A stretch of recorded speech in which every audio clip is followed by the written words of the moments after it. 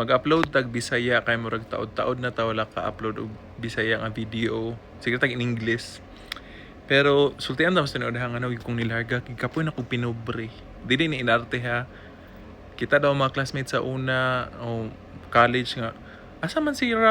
Rakim tuwa dito pag adto nila dito na ko sa ospital nanguskus taon ko og kanang lumot sa ospital or tuwa ko dito sa taas anang karatula sa Holy Child nanguskus ko dito sa taas nanilhig ani mga sigarilyo tuwa ko sa morgue nang limpyo and I'm very proud of that pero wala gikapoy na ko anang style nga sige ratag mantinil, sige ratag pinubre and I'm done. Niagi na ko ana di na ko ganahan anang wagi usab. Mo nang doble kayod gyud diri sa abroad. Mura bag usa po na sa reason nga nang abroad gyud ko kay kapuya na sig pinubre bitaw kana bang di man po ko ganahag dato ko, di ko ganahan madato, ganahan na jud ko nga I have the freedom gyud nga kana bang okay mo adto kog Mount Talinis, okay og maadto kog kuan Apo Island, okay adto kog kuan adto ko diri sa Buanguita ana ba kana bang life kay ngon ana gani nga makasuroy ka na bang freedom gyud nga I can do anything I want without okay ganan ako matulog ron ana gani murag halos kitang tanan that's what we really want nga dili gani ta mapugos ko sige panrabaho ba kay lisod biya kapoy uy nya man kay una ako magpadano kog upload ani kay mag-vlogger lagi ko suporta ipog ko ninyo. Di po mo mang share ug mang comment sa akong mga video pero papangayoon mo Gcash bali mo abti ka.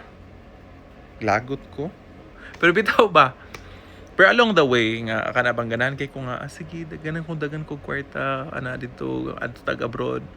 Pero paglangyaw po na ako dit dagan po jud kog na nakatunan dagan jud kog na learn sa akong kaugalingon sa ubang tawo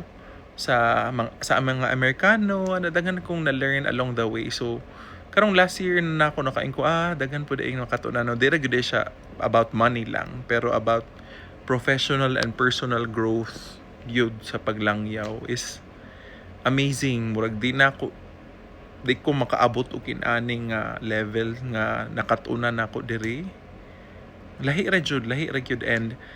basta ni open gyud ako mind sa culture sa ana dito and of course ang kwarta balik na po sa kwarta pero bitaw ano ba so